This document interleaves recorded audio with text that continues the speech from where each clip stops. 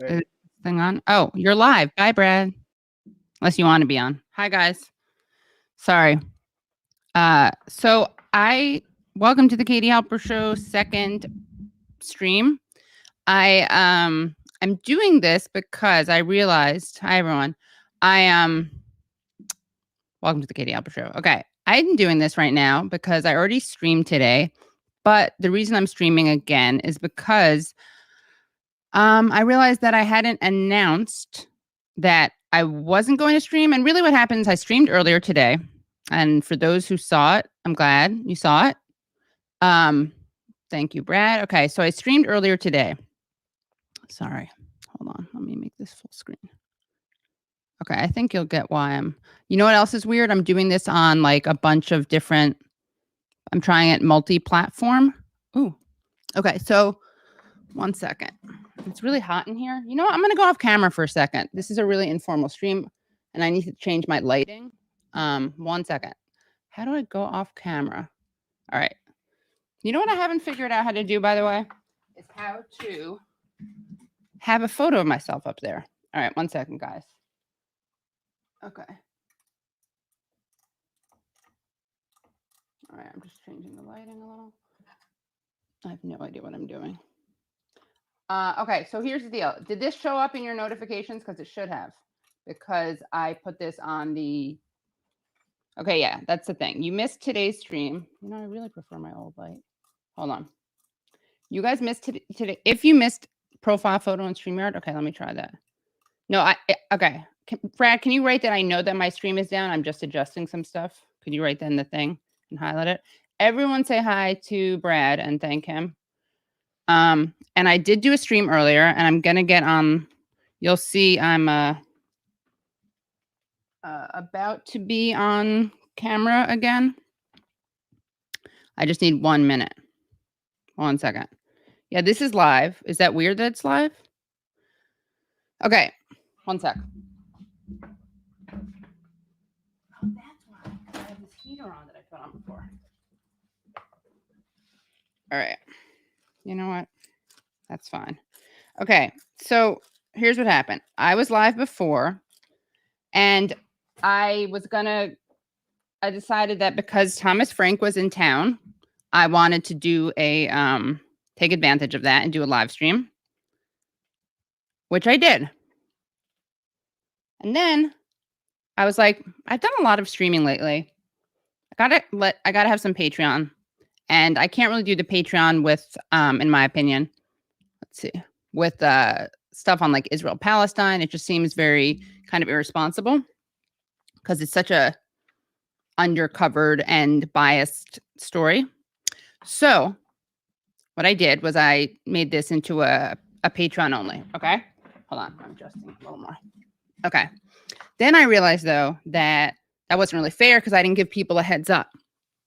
And so I decided that I should come back and say hi to people, give a stream. I also was like, oh, maybe I'll do something tomorrow because it's Memorial Day, but I didn't communicate any of that. So I felt kind of bad because again, no heads up. I didn't want you guys to feel like I was being mercenary or something. So I decided that what we could do is I could say hi, and then we could watch some of the Thomas Frank. Because what I decided to do after I released it as Patreon only, which of course I highly recommend, what I decided to do was make a clip of it so that at least there was something from today's stream, like a good 8-minute clip. And I'm going to release that. But then I decided, why don't I do a stream where we watch that and I also say hi? And that way people will get both some live footage, like they'll get me saying hi. And they will also, if they don't do the live thing, they'll get a good clip. And of course, I'd love for people to still be Patreon supporters. But anyway, so that's my thinking. So that's why this is kind of, as opposed to my usual thing where it's super organized and seamless. The Roger Waters clip from your show went viral. Yeah, I'm going to release a clip from that. I know that it did. It was a pretty good one. Hi, Omar Jarala.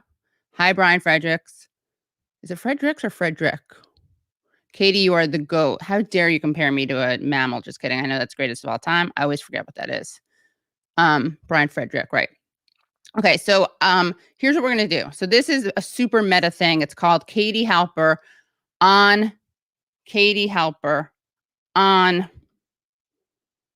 Katie Halper on Thomas Frank on Katie Halper on Thomas Frank on Bill Maher. That's what it is. Katie Halper on Thomas Frank on Katie Halper on Thomas Frank on Bill Maher. Does that make sense? It probably doesn't. All right, but it will in a second. No, I know GOAT is greatest of all time. I said that. And I'm really sorry also for the people who I didn't give a heads up to, like Independent Left. Hello, everyone. Also, this is the first time I'm doing it with a Twitter thing at the same time and Facebook. Okay, so moving on. I'm going to show that video. And it's going to be like a watch party. All right. Okay. I realized that because I didn't upload it, I'm going to have to do that thing. Don't worry, I exported it. All right. Sorry, guys, if this is your first time watching on FaceTime or the other place. Hold on, please. Desktop. Okay, that's it. This is a good one, too. So now I go into this window. 1 second, everyone. Everyone have a good weekend so far? I hope so.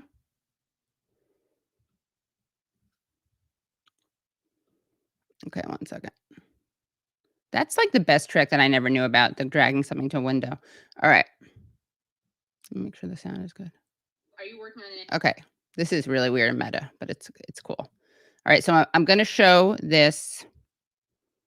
This is from earlier. Again, this is an earlier stream that I did that I then turned into Patreon only, that I'm now turning into a clip, an 8-minute clip, and I'm going to watch it with you guys. Does that make sense? And then we're going to, then I'll probably release it as an on its own non-live clip. Okay. This is super meta. Should I change what I'm wearing so people get it?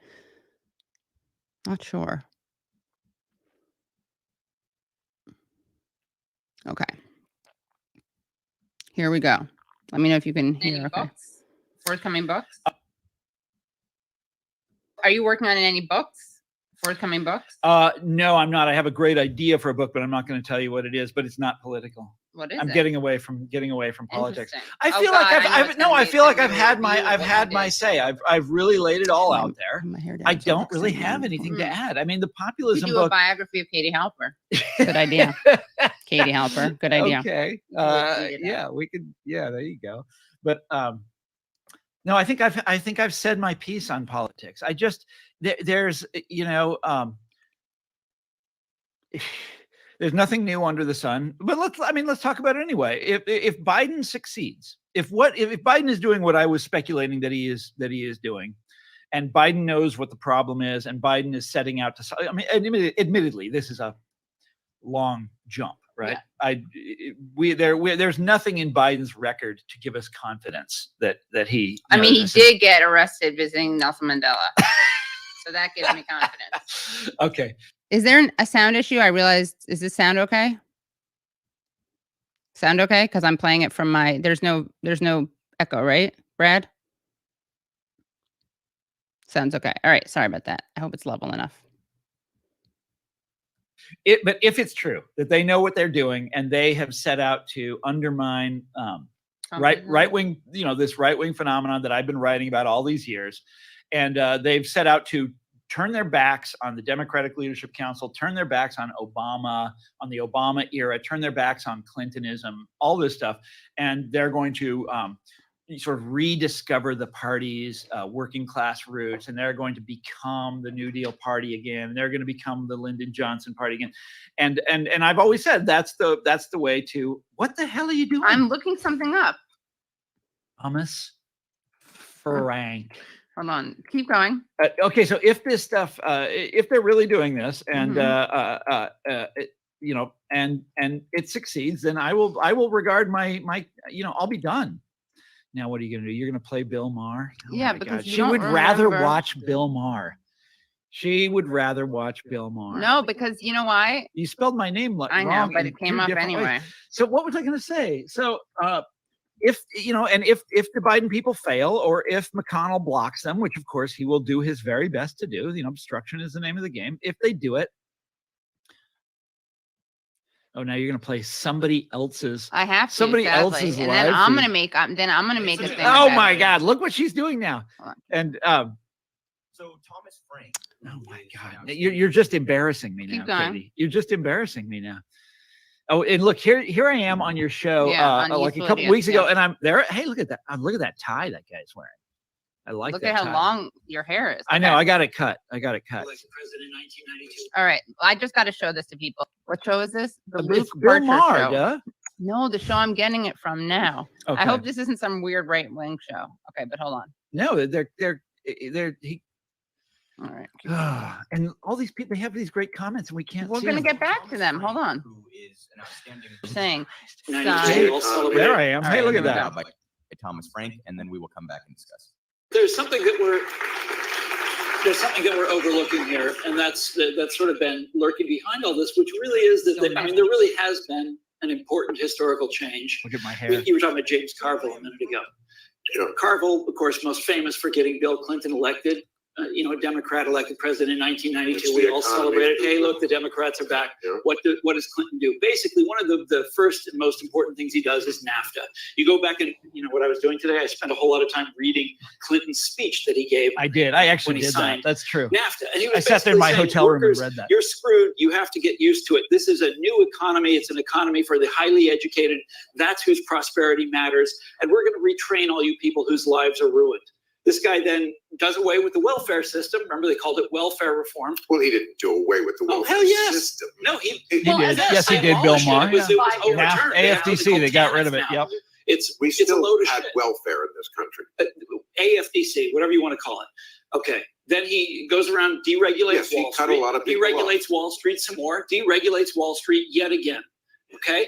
This is a Glass-Steagall. transformation. Didn't he get rid of Glass-Steagall? Sorry. Glass-Steagall? Yes, Yeah. they overturned That was that. the So last one of the deregulation. many ways Clinton definitely moved the Democrats to the center. What's your point? Yeah. No, he moved the Democrats to the right, and he abandoned us. To the Remember, center. we were talking. Or rightward to the center. You think that's the center? This country didn't want those things. This Well, country didn't want to deregulate Wall Street, deregulate So telecoms. People regard these moves that Bill Clinton made as absolutely genius, and I'm here to tell you that they No. redefined who the absolutely they redefined who the Democratic Party was in a disastrous way, in a catastrophic way. Yeah. And I am This hoping, guy's and right. I think don't know who this Biden guy is, but understands he's it, although totally Biden right. And I was like his along with tie. His everything that tie I is described awesome. and then some, right? Biden was the the bankruptcy bill under George Bush. Biden was Look how much mass younger you look now. incarceration again and Shorter again hair. and You again. think so? But Biden seems to has grasped the folly of all this. You know, this is So this I'm was torn a, about Biden. Okay, you you can know, stop world playing it now. historical You're mistake, really a embarrassing me. blunder. Yes, the listen to me. Democrats I'm made back totally in the nailing 90s. it. I don't Exactly. remember. By the way, I don't So remember. he- I don't I know, remember that's any the of thing. this. That's why I had to play I it, have because no when I asked recollection you of about this. it last time. Presidency. All right, so that's world- good. Yeah, I have Well no done, Tom. I have no recollection of any of that. Yeah. Did you know that you were going to be asked about? I guess you did, right? Because the quest you were prepping for that interview, because you came in strong with the why Clinton sucks. But Well, I had been reading that morning, and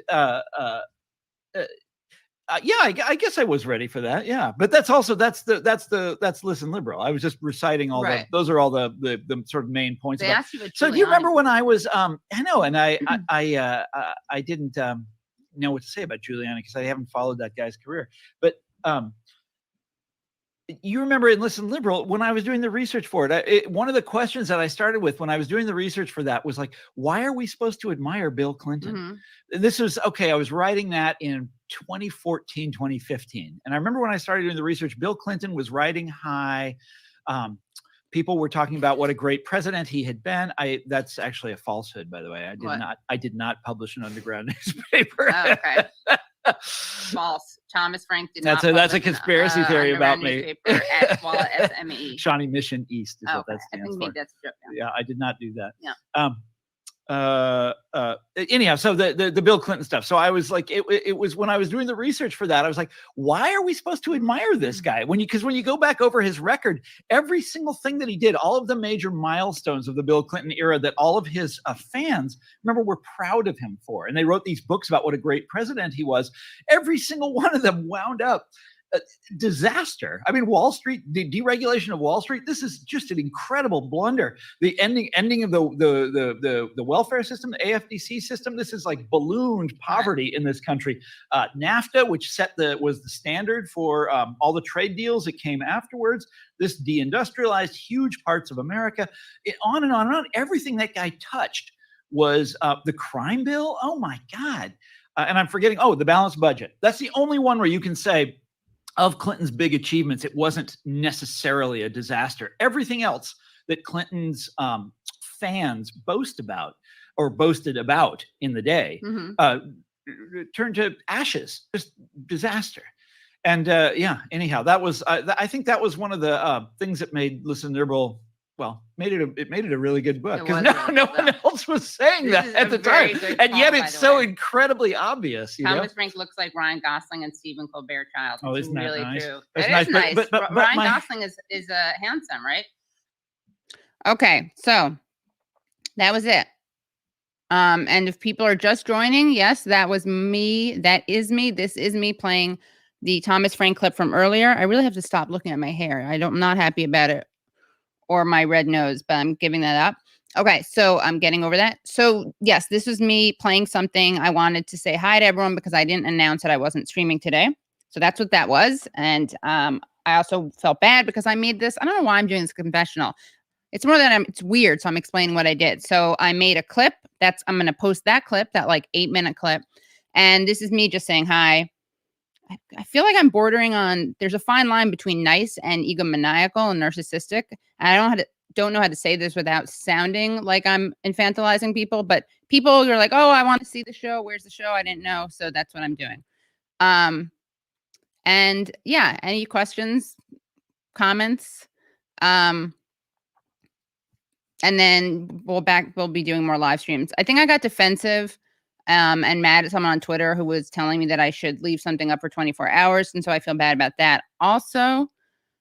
But there's nothing wrong. I bring up, I provide a lot of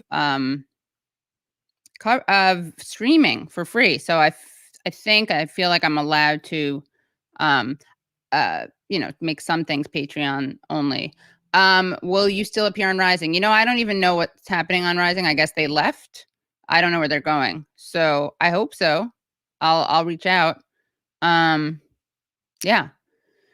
Again, people were just seeing this for the first time on Twitter and or Facebook. Sorry. I mean, I tend to be on the less type A side of the end of the spectrum of show hosts, but this is especially weird and also disorganized, and I don't usually go this meta. I don't know where David's comment is. It was good though. It was like, I never met a taping I didn't never met a Katie Halper show stream I didn't like or something. Brad is telling me they did their last taping within the last few days, but we'll be doing other stuff going forward. At least that's my understanding. Yeah, I saw that they're like, there's a big announcement. I'm just saying I didn't have any like talk with Crystal or anyone. Yeah, so join the Patreon. What else?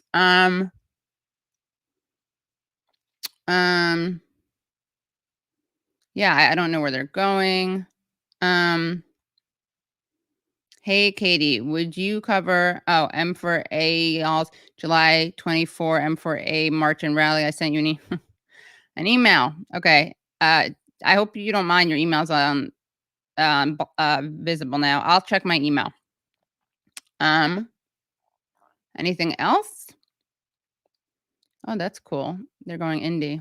God, the Hill is so, I mean, look, did you see this, the Hill piece about Bernie Sanders where it said like I think it tweeted like 1,000 times that that Bernie Sanders, liked his hotel rooms cold.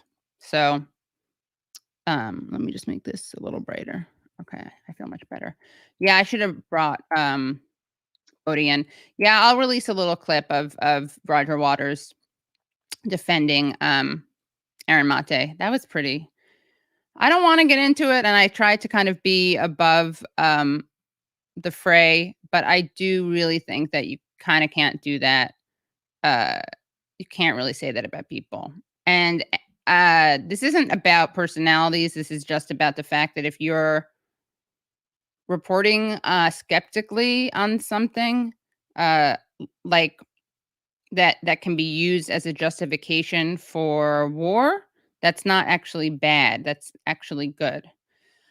And it does scare me that people just like jump on the bandwagon. And it's just so not that like, it's really not that deep. You don't have to like Assad to think that maybe there was a cover up of chemical weapons report, and no one who attacks Aaron has actually read or seen his coverage. And again, the guy testified or spoke to the UN. So really fringe, really radical, fringe, outside the box UN guy. So yeah, there's that. And I just can't stand the like the victim. Like, you can't go after people on a big platform and then you can do whatever you want, do that and then double down. But then it's like, you're really upset about the responses you get. Of course, there are assholes online who say random stuff, but I don't know. I just don't. I get it too, though. People go crazy because they get. I've been annoyed and triggered by people saying a lot of stuff that I thought was stupid in comments. So I get that. But yeah, I just think there's not a lot of accountability. So what else? What else? Katie, I recommend. Okay, I'll look into that. Disgusting. Yeah, you can't smear people like that. It's working for the Russian. Yeah. Yeah, and then when I said that they should apologize, it was like, I may curse, but I read. Try it. All right, I shouldn't get into it. Try it? What is that? That's like middle school Mean Girls zinger. All right. Sorry, I shouldn't get into it. You're too smart. Don't trigger yourself. Okay. Anything else? Oh, and Thomas Frank is married, and I was here with his wife. That's another reason I want to do a stream. Because people are so weird and gossipy. Let's see. Yeah, maybe someone reads tweets, not as much reports, OPCW reports. Maybe doesn't watch UN addresses. We're gonna see about that lab. Brian says, can you host a debate on the lab peak hypothesis? That would be peak lab peak. Yeah, maybe we'll see the lab leak. We'll see. Anything else? You started it, Katie. Oh, how did I start it? Should I respond to this person? Actually, whoever says you started, Katie, I'm not. If you want to comment, I'll you can throw some money in there and I'll read it. What else? Oh, someone got blocked. I don't know why. I'm sure they said something gross. What else? I think that's it. I just wanted to say hi. And I started. All right, I'm not reading these things. It's too distracting. Is what they meant. Oh, with Roger Stone on my show? No, what started was Anna Kasparian making comments about Anna Kasparian and Cenk Uygur making comments about Aaron Mate being paid by the Russians, all because they didn't like a tweet that he wrote about Cenk's tweet. That's how, like, again, this is also about feelings, I guess.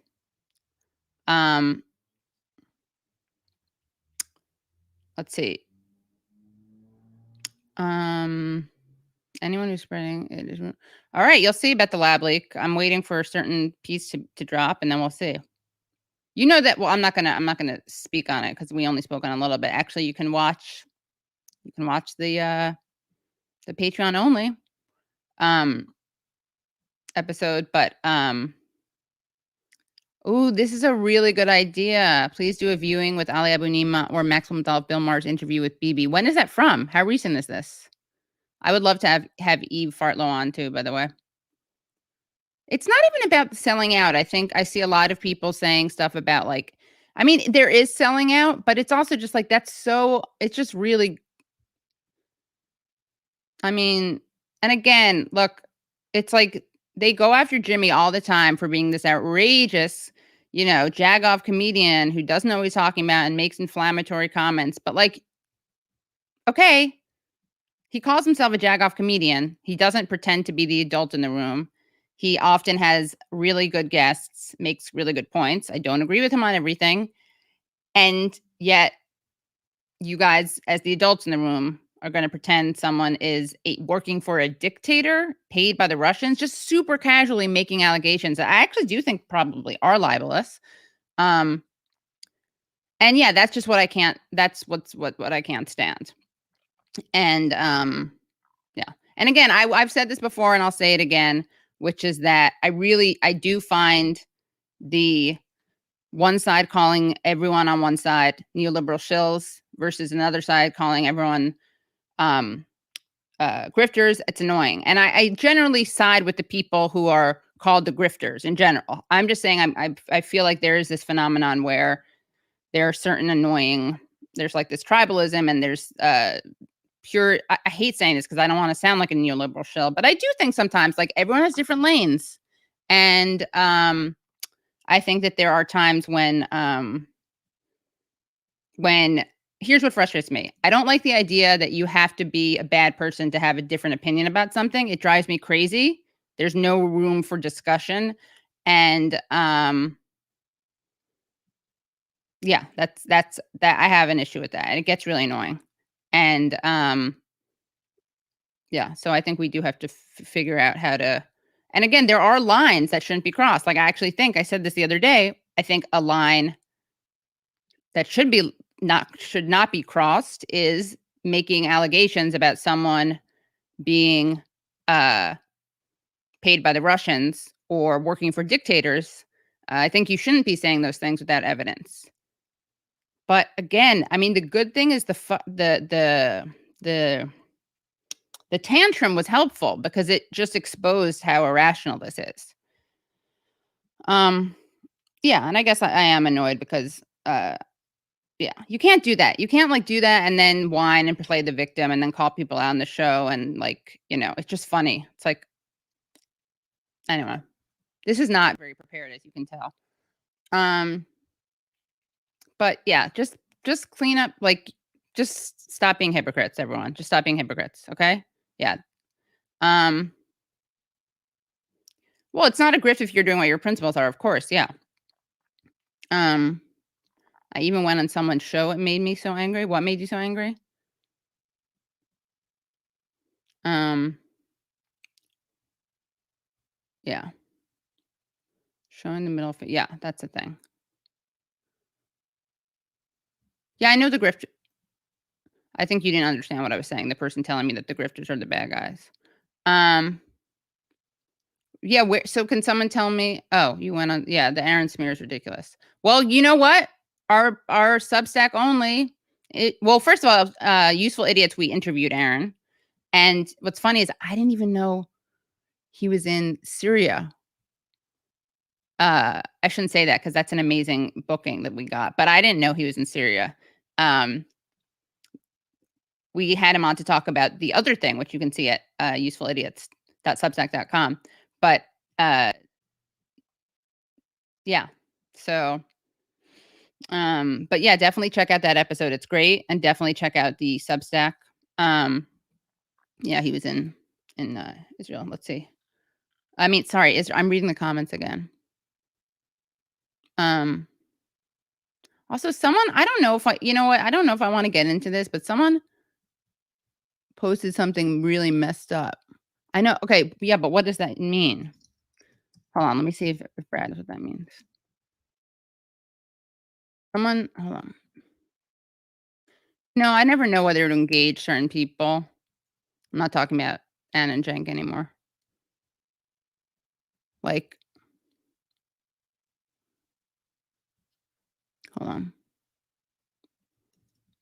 Oh God, something really funny happened. They're saying that anti-Semites are dressing up as Orthodox Jews, asking people if they're Jewish, and then wishing women Shabbat Shalom, happy Shabbos, good Shabbos, or whatever, asking them if they're Jewish, and then harassing them. And like that happens. I grew up in New York City. There's a certain like sect that does that. I'm not saying like it's based in the Talmud or in, you know, the Torah or anything, but there are people who do that. They go up to you and they ask you if you're Jewish. They like give you something and then they ask you if you're Jewish. So I don't think that it's like, I don't think that that's a thing. And I think there are better ways, if you want to create some kind of anti-Semitic uproar, excuse me, if you want to pose as Jewish to get people to be mad, then I just don't think that that's the way that they're going to do it. The mitzvah tank, yeah. Isn't that hilarious, though? Hold on, let me just see. Come on, people, rush it in, make Americans dumb enough to believe in memes. Our government. Let's see, the mitzvah tank. Is that what it's actually called? Oh, it's from 2006. Okay, thanks, Omar. So there's also a 7-minute compilation, The Gray Zones, of Maher's super Islamophobic rounds. Yeah. It turned out to be a single incident, and the people were really Orthodox Jewish. What happened? Does anyone know? Where is Matt Taibbi scheduled? Did this say that Matt Taibbi was going to be here? Or are you just saying in general, like when I'm scheduling him for next?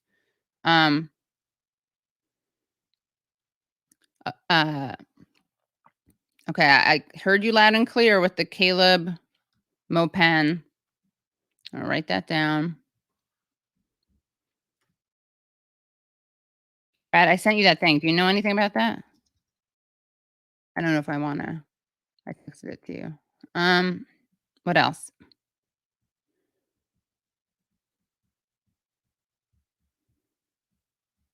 Any other questions? I'll have a regular show again. Don't worry, everyone.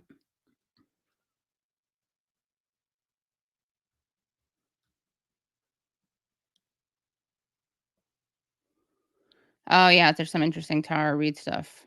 We'll get to that another time. Oh my God. I gotta have Tara back on the show.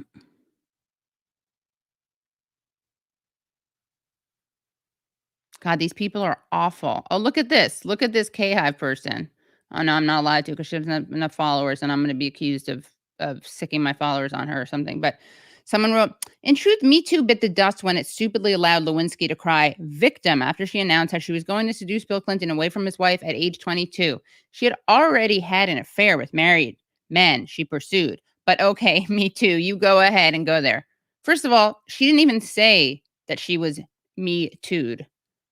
Or she didn't say that it was a Me Too thing. She said it was an extreme, a gross abuse of power. And if you don't think that's true, that's fine, but you're an awful person or very stupid.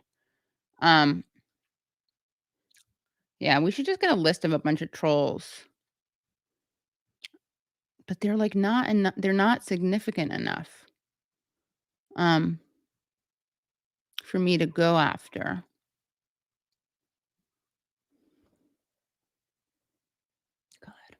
And here's all right, I'm repeating myself, but I've said this before. It's like the idea that anyone is like at all sincere when they say that it's just the Tara Reid thing. They didn't vet her enough. They should have put more time into it. Like literally, there's no way that vetting, which was, by the way, going through like months of talking to landlords and pretending that they were just random people she knew. There was no, so I'm not saying this in a way that's like, it's true. They found stuff on her that was totally incriminating, but you know, how could we know that at the time? No, they didn't. And also, it's an absolute farce that anyone takes that seriously as a standard, because if they did, they would have been upset that people reported on Christine Blasey Ford within days. Within days. That's it. Never could have found out all the stuff that they claim to be relevant within that time period. So, you know, but I think the takeaway is that Me Too, if you get, if you want to be taken seriously and be part of the Me Too movement, then you should just make sure that you've never struggled financially and that the person you're accusing is not a Democrat.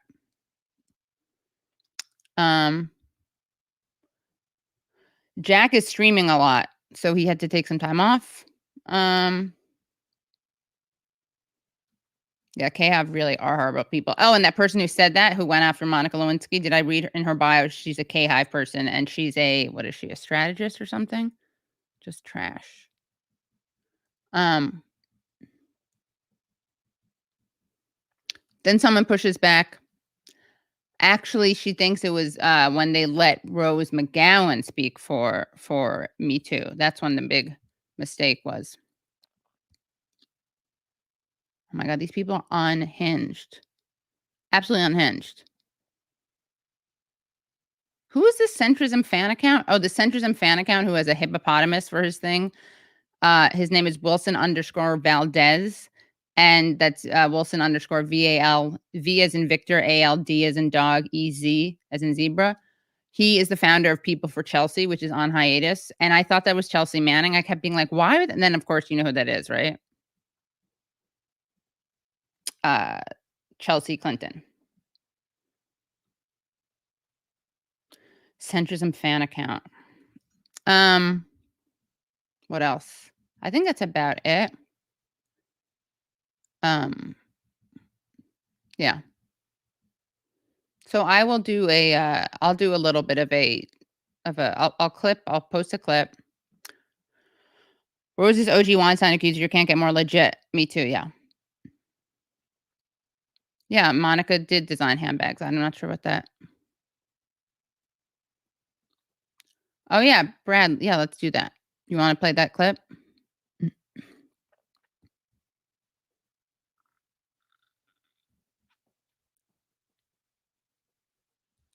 Yeah. Other functions, however, some of them more legitimate than others. One is to run secret wars. Let me set this up. The One covert second. action that's written and talked. Okay, so yeah, I'll have Norman Finkelstein on again. 1 second. Did you guys see Rose on this show? Because she was on. And we're going to release more clips.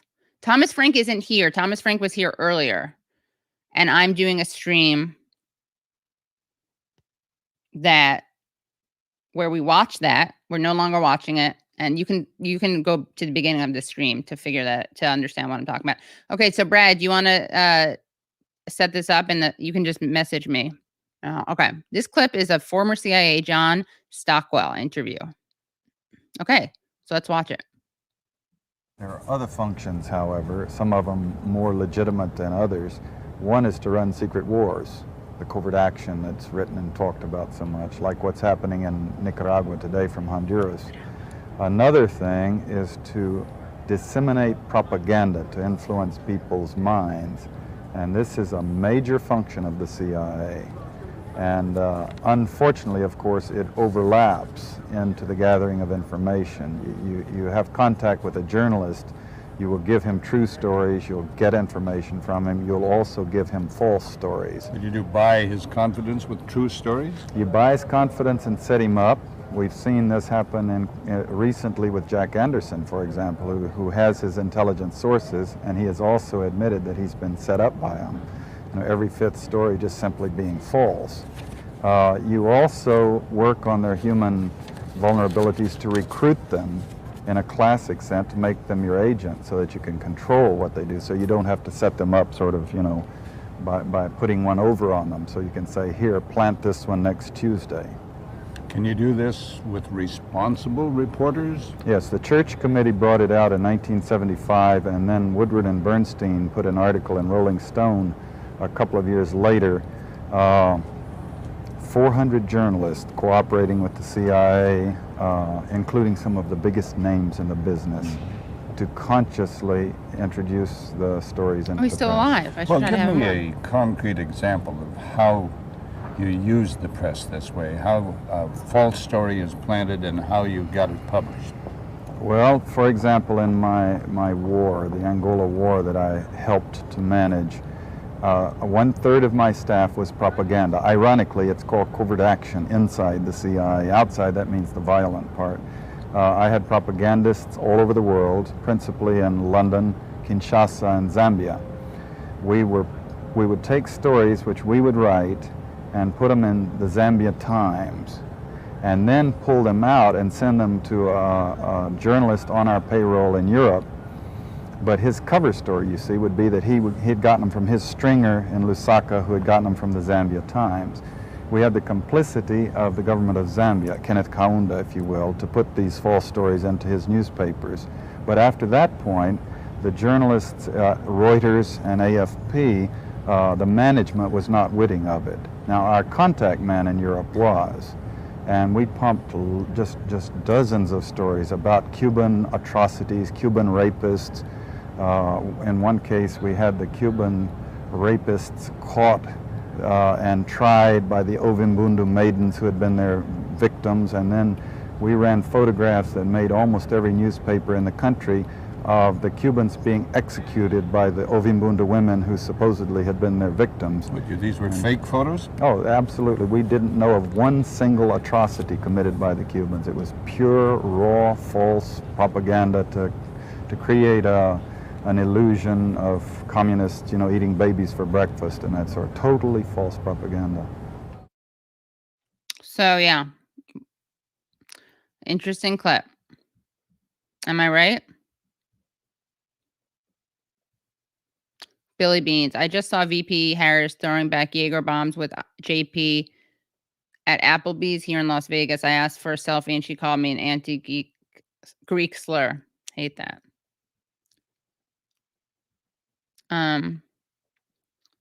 Okay, so that person's name is John Stockwell. It's also mentioned, in Slow Burn by Orrin DeForest about his success of sympathetic interrogation in Vietnam and the failure of the use of torture in obtaining information. Interesting. Jewish Zionists are anti-Semitic by default, folks. I would say that all Zionists are, to the extent, I mean, I don't know if that's true necessarily. I think it's a little too not to do the it's complicated thing. I think that you can say that the effect of it is anti-Semitic. I don't think that's true, and I definitely think that Christian Zionists are anti-Semitic by default. Are you joking, Grammar Hero, when you say it's a bit of an old clip, Katie? If I'm being honest, you're joking, right? By the way, I forgot to give so thank you, Brad, for that clip. By the way, I forgot to say that the name of that person whose show I played, the Luke Parcher show, is the show that had Thomas Frank on it. So thank you. I meant to say that earlier during the real live Thomas Frank show. So I think that's it. Like, this is a kind of chill, weird stream. I have that. I have that in the city. Katie, please cover the Great Reset more. Thank you. 1 second. Brad, feel free to put that other link that you just sent. I'll bring Bodhi on this week at some point. Oh, and make sure you guys go to, you know what else you should make sure that you go to? Make sure you go to Steve Donziger's page, which is Donziger Defense. Donziger Defense. Oh my God, how cute was that little girl, Nina? She's so cute. Yeah, Brennan is, this is another interesting, relevant thing. Speaking of which, it's interesting that Brennan is, has been hired by MSNBC. I mean, that's insane. That's just insane how over it is. Chill weird stream on a rainy night in May. It's almost the end of May.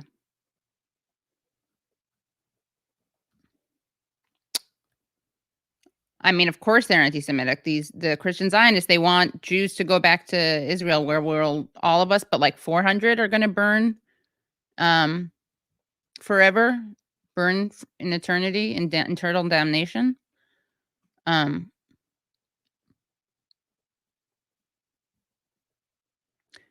Lots of anti-Semitic tropes spread about Trotsky. Yeah, that is true.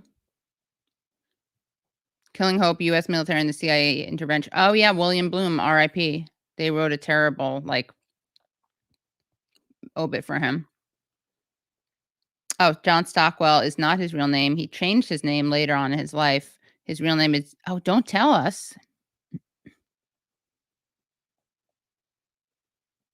Is that true? I don't know if that's true. I just want people to know that I don't know if that's true. So, who am I supporting for NYC mayor? I don't know. I guess honestly, I don't know who I'm going to support. But you know what? You want to be an insurgent candidate and have not a lot of chance of winning, but like create a movement, then maybe you shouldn't endorse Warren or be a Warren person. I don't know if she endorsed her or not. It's hard being as opinionated as I am and as responsible because I got to make sure. Oh, that guy's been making crude comments all stream, so I'm guessing that comment isn't true. Oh, okay, thank you. I didn't know that. So yeah, I had a sense that that guy was full of shit. We should block him, I guess. Then. What else? Mustache checks out. Yeah. So yeah, ignore that.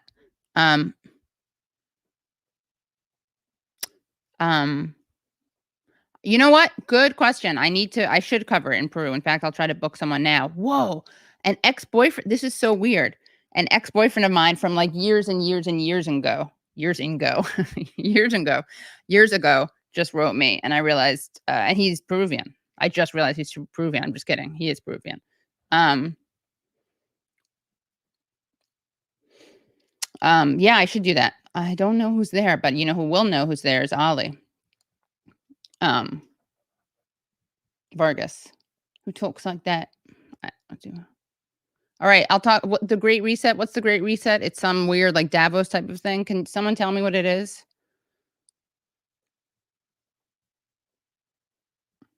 X as in XX? Yeah, an ex-boyfriend. No, he's not stalking me. It's just a funny, weird. It's a funny coincidence. That's kind of stupid. But can we see the Peru? Can we peruse the correspondence? That was really stupid of me to bring up. But it's just a weird coincidence. Really stupid coincidence for me to mention. Right-wing conspiracy, restoring the pre-Trump order. TrueAnon has a great episode.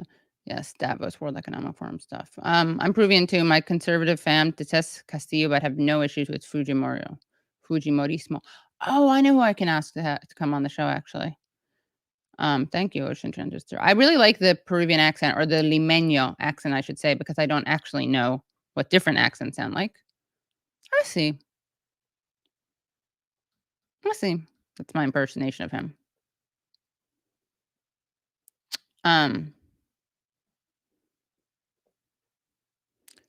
Okay, this has been great.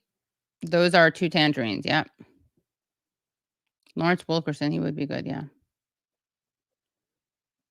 I mean, I should find out about the mayors, but thank you, Roberto, for reminding me. Where are you based?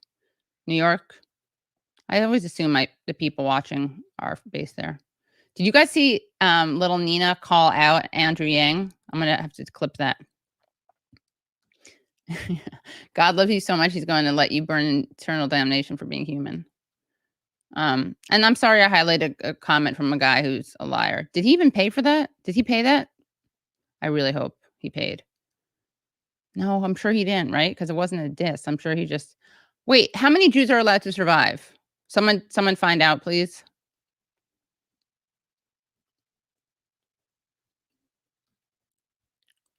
Yeah, Nina had a blast on the show. She is so cute.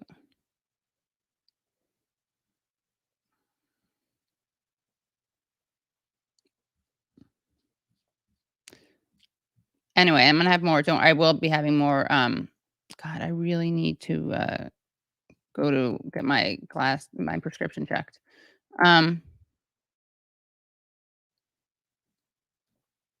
Anyone know? No, there's a number. Yeah, apparently there is a number. Does anyone know? Yeah, smash that like.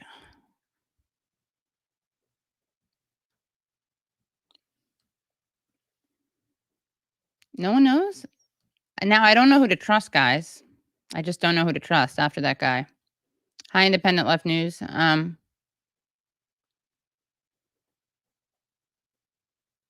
Is this true? Not surprised. That patrol didn't pay that, but you know what? I thought he was being helpful. Asshole. Is it concerning that anyone who is pro-Palestinian writes, even tacitly, are getting buried in the YouTube algorithm. Thanks for always speaking truth to power, Katie. You know, Graham, I'm not sure. I'm kind of on the fence. Is that concerning? What do we think, guys? Fam? I'm just kidding. Yes, of course. Of course it's concerning. Not a good thing. Censorship is not a good thing. And censorship in the direction of stifling people who are critical of Israel to defend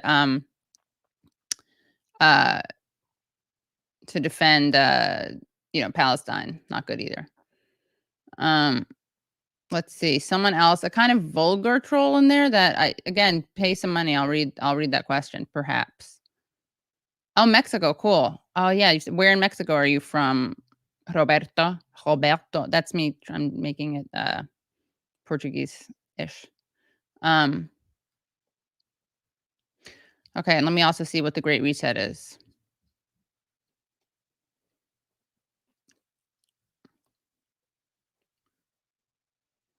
Anyone know? Let's see. Is there a link I could go to so I could just like read about it? Someone I think put it in there.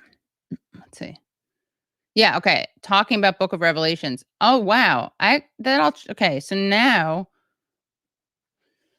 All right, I feel a little more conflicted. I'm not sure how I feel about this anymore, because apparently more than 400 something of us Jews live. It's 144,000. Maybe they're not anti-Semites. Jet, I am doing a live right now and you're watching it. Okay, let me go look at this Great Reset.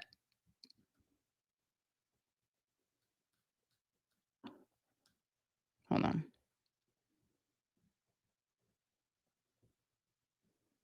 The Great Reset world leaders.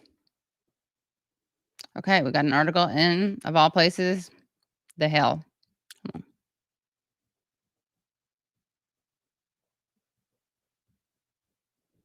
Introducing the Great Reset, world leaders' radical plan to transform the economy. No, it's okay. I'm fine with reading at The Hill. I'm just saying it's funny because we've been talking about them. For decades, progressives have attempted to use climate change to justify liberal policy changes, but their latest attempt, a new proposal called the Great Reset, so it's progressive, is the most ambitious and radical plan the world has seen in more than a generation. At a virtual meeting earlier in June hosted by World Economic Forum, some of the planet's most powerful business leaders, government officials, and activists announced a proposal to reset the global economy. Instead of traditional capitalism, the high-profile group said the world should adopt more socialistic policies such as wealth taxes, additional regulations, and massive Green New Deal-like government programs. Every country, from the United States to China, must participate, and every industry from oil and gas to tech must be transformed, wrote Klaus Schwab, the founder and executive chairman of the World Economic Forum, in an article published on WEF's website. In short, we need a great reset of capitalism. Oh, so this is like co-opting the left. Schwab also said that all aspects of our societies and economies must be revamped, from education to social contracts and working conditions. Joining Schwab at the WF event was Prince Charles, one of the primary proponents of the Great Reset, Gina Gopinath, the chief economist at the International Monetary Fund, Antonio Guterres, the Secretary General of the United Nations, and CEOs and presidents of major international corporations such as Microsoft and BP. Activists from groups such as Greenpeace International and a variety of academics also attended the event or have expressed their support for the Great Reset. Although many details about the Great Reset won't be rolled out until the World Economic Forum meets in Davos in January 2021. What is this from? 8/25/20. Okay. So I guess this is, all right, we'll have to find a more up-to-date piece, but this is very helpful because I didn't know any of this.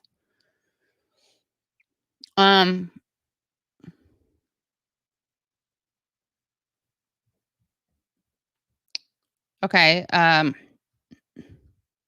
second.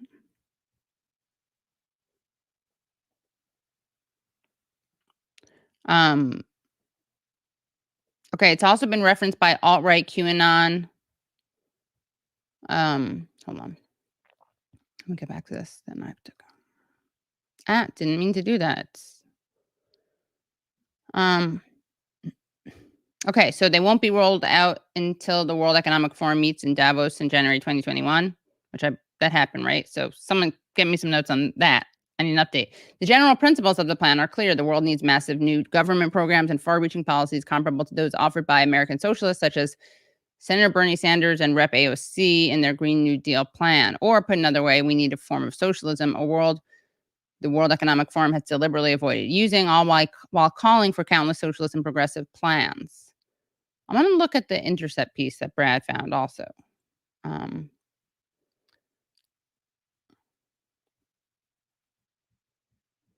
Hold on.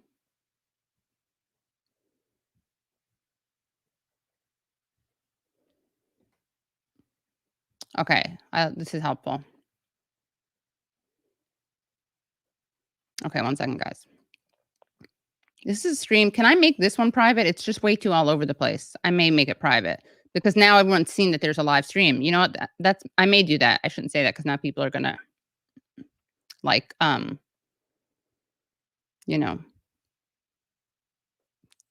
record it. I knew that was gonna happen. Okay, I'm gonna say something. I'm not gonna not read an article at The Intercept because it's been deemed a neoliberal rag. That's kind of what I was saying earlier. Like, I experienced this with someone else. I'm not going to mention who because I don't want to get into it. But guys, I will have journalists on this show with whom I do not see eye to eye. And I will definitely do that if they are the only person writing about a story, okay? I don't want to sound like a school marm, but it's so fucking annoying. Like, it is so annoying.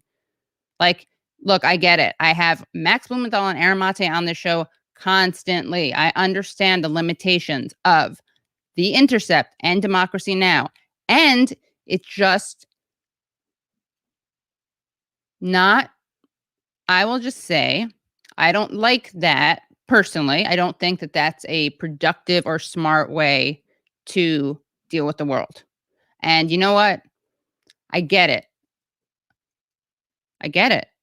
It feels good to say that The Intercept sold out. I get it. It feels good to say. And in lots of ways, maybe they did. But honestly, it's just like, what do you get? No, Aaron didn't work for The Intercept. He worked for Democracy Now! He's written articles for The Intercept. But, and this person, I love the condescending advice from people who are kind of like angry, but write comments as if like we have a friendship, like, like a crotchety uncle who's in the chat, who I'm like going to take into consideration, especially when they talk like assholes. Anyway, so that's it. I'm just saying that I find that annoying. And this is exactly what I didn't want to do. Okay, so now that you've said that The Intercept is a neoliberal rag, and I'm sure anyone who writes there is a neoliberal shill, now I'm going to not read an article that they wrote. That's good. That's a good, definitely a good way to, I know, yeah. Oh my God. I probably should start maybe not reading some of the comments. Here, neoliberal shill Naomi Klein writes in neoliberal rag, The Intercept, which we can't ever read because they are sellouts. And they are taking orders from, I don't know, what's the opposite of Russiagate? They are taking orders from the Young Turks, and they are in bed with them, and they are, I don't know what. But yeah, I'm going to read it. Ready? Look, there are some people, by the way, who we can't ever turn to because they are unreliable and also stupid and happen to be red baiters and Russiagators. I'm not going to lie. But that's not what I'm talking about. Okay. Hold on. Let me just go to this thing. Also, apologies. I'm not going to read the whole article because that gets really boring. Share screen. Just like, don't be naive. It's not like I don't get it. It's not like I think that I'm going to agree. Okay. The Great Reset Conspiracy Smoothie. Ooh, I'm really thirsty. A viral conspiracy theory blends together legitimate critiques. Is this showing up? Am I sharing? Yeah. Of the left. No. A viral conspiracy theory blends together legitimate critiques with truly dangerous anti-vaccination fantasies and outright coronavirus denialism. Writing about the Great Reset is not easy. It is turned into a viral conspiracy theory purporting to expose something no one ever attempted to hide, most of which is not really happening, Anyway, some of which actually should.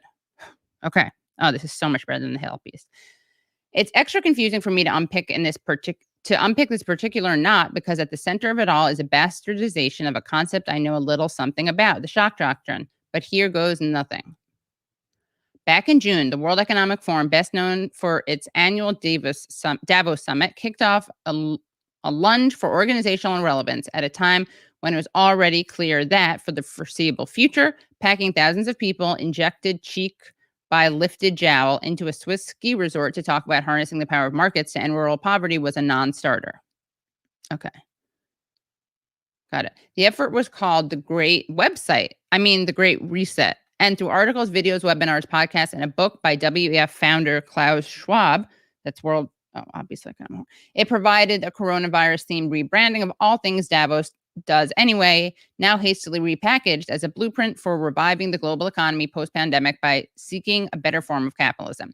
The Great Reset was a place to hawk for-profit techno fixes to complex social problems, to hear heads of transnational oil giants opine about the urgent need to tackle climate change, to listen to politicians say the things they say during crises, that this is a tragedy, but also an opportunity, that they are committed to building back better and ushering in a fairer, greener, healthier planet. Prince Charles, David Attenborough, and the head of the International Monetary Fund all figured prominently, that kind of thing.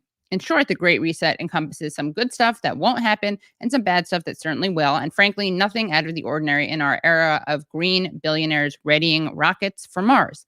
Indeed, anyone with even a cursory knowledge of Davos speak and the number of times it is attempted to rebrand capitalism as a slightly buggy poverty alleviation and ecological restoration program will recognize the vintage champagne in this online carafe.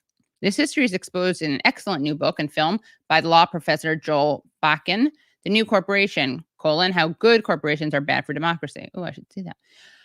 Through its highly influential Global Competitiveness Report, the WEF has played a leading role in the transnational campaign to liberate capital from all encumbrances like robust regulation, protections for local industries, progressive taxation, and, heaven forbid, nationalizations. Long ago, however, Schwab realized that if Davos didn't add some do-gooding to its well-doing, the pitchforks that had started amassing at the foot of the mountain would eventually storm the gates, as they came close to doing during the 2001 summit.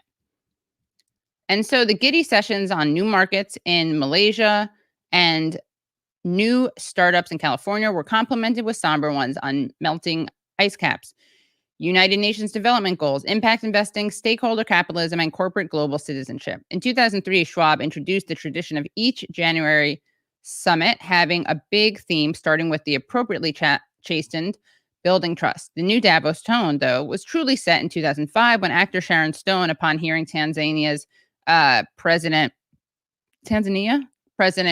speak of his nation's need for mosquito nets to battle malaria, leapt to her feet and turned the session into an impromptu charity auction to purchase the nets. She raised $1 million in 5 minutes, and a new Davos era was on its way.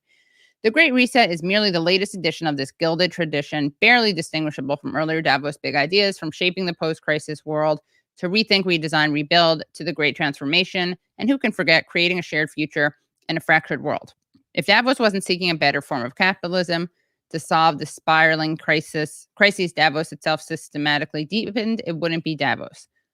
Well put. And yet, search for the term global reset, and you will be bombarded with breathless exposés of a secret globalist cabal headed by Schwab and Bill Gates that is using the state of shock created by the coronavirus, which is probably itself a hoax.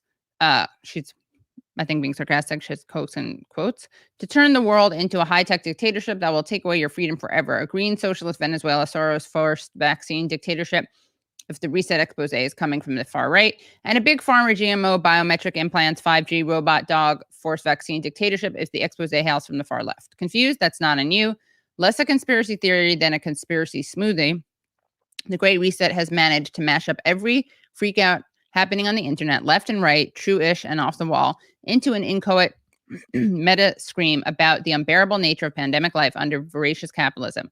I've been doing my best to ignore it for months, even when various reset researchers have insisted that all of this is an example of the shock doctrine, a term I coined a decade and a half ago, described in many ways that elites try to harness deep disasters to push through policies that further enrich the already wealthy and restrict democratic liberties. There's been a tsunami of examples of the real shock doctrine since the pandemic began. Trump's attacks on Washington's regulatory architecture, Education Secretary Betsy DeVos's amped up campaign for school choice, rather than, say, giving public schools the resources they need to keep children safe. Silicon Valley's multi-headed power grab, which I wrote about as the Green New Deal, and the Modi government's cruel attacks on price protections for India's farmers, setting off a wave of heroic protests, and so many more. What Schwab and the WF are doing with the Great Reset is both more subtle and more insidious. Schwab is, of course, absolutely right when he says that the pandemic has revealed many deadly structural failures of capitalism as usual, as does the accelerating climate crisis and the hoovering of the planet's wealth up toward the Davos class, even in the midst of a global pandemic. But like the WF's earlier big theme, the Great Reset is not a serious effort to actually solve the crisis it describes. On the contrary, it is an attempt to create a plausible impression that the huge winners in the system are on the verge of voluntarily setting greed aside to get serious about solving the raging crises that are radically destabilizing our world. Why? Oh, wow. Okay. I may have to take a break. Why? For the same reason I keep hearing Facebook ads on NPR podcasts telling me how much Facebook wants to be regulated. Because if our corporate overlords can create the impression, it is less likely that governments will listen to the rising chorus of voices calling on them to do what is required to actually combat spiraling poverty, joblessness, climate breakdown, and informational degeneration. Regulate the companies that have created these crises and tax them, break them up, and in some cases, put them under public control. So no, the Great Reset is not just another name for the Green New Deal, as many a right-winger with a digital chalkboard and an unhealthy AOC obsession is absurdly claiming. It is first and foremost about blocking a real Green New Deal, which most assuredly would not have the support of BP, MasterCard, the Prince of Wales, and all the other Great Reset partners. And yet, in recent weeks, a slew of right-wing commentators on Fox News, as well as Brazil's Minister of Foreign Affairs, and prominent opposition politicians in Australia and Canada have claimed to be confused about this and are suddenly giving oxygen to what was until recently a marginal conspiracy. Laura Ingraham, Tucker Carlson, Ben Shapiro have all been terrifying their huge audiences with claims that green socialism is about to be forced down their throats via Schwab's Great Reset, which, they explain, is the very same thing as President-elect Joe Biden's Build Back Better plan, which is itself a thin cover for Rep. AOC's Green New Deal. Like an early fan of an indie punk band, Glenn Beck has been using the perch of the blaze to point out that he was ranting about the Great Reset when it was just a gleam in Schwab's eye. Do these people honestly think that Schwab is in cahoots with AOC and using the pandemic to put BP out of business with the full cooperation of BP? Of course not. But President Donald Trump is on his way out, and the Green New Deal is popular precisely because it is as far away from Davos as it could be, grounded in a polluter pays ethos and in programs like a jobs guarantee and universal health care that enjoy broad working class support. For right-wing politicians and the oil companies that back them, the more climate action can be conflated with an organization known for its traffic jams of private jets and its Bond villain founder, the easier it will be to resist any climate plan at all. That's why the earliest alarmism about the Great Reset came from the Heartland Institute, ground zero of climate change denial machine. Okay. Wow, there's a lot more here. I'm gonna have to finish this on another stream. You guys can also read it, just because I'm kind of fading. Okay, so the point is, I there are a lot of comments here. So anyway, you guys, this was fun. We'll have to read the rest of it another time. Okay. Anyway, I guess I'm gonna have to look into the Great Reset. Sometimes I might, yeah. The logo was tight. Let's see. Thank you for maintaining a balanced perspective on inclusive journalism and for not creating a Jimmy Dore style block list of progressive figures, institutions, and elected officials. That's gonna get. Here we go. Let's see how that. All right. Well, I'll look into that. All right. Anything else? Wrote. I'll read the article. COVID denial versus Naomi's. All right. Okay, I think I'm gonna go. And that's it. The Great Reset wrong, the article. Okay. Yeah, send me some other articles on this then. She's a very good writer, Naomi Klein.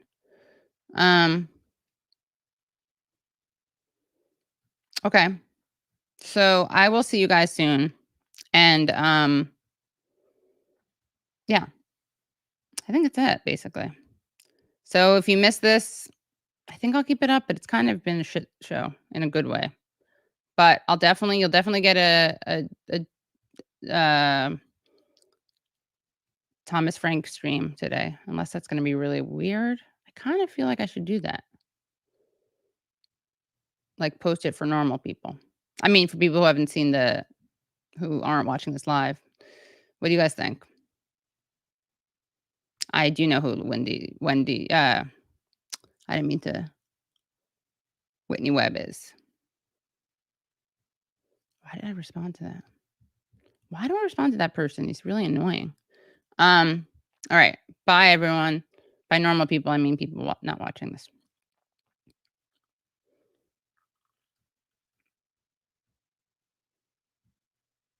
Okay. Subscribe so you don't miss any of these. You hit subscribe and then the bell, and then become Patreon supporters at Patreon.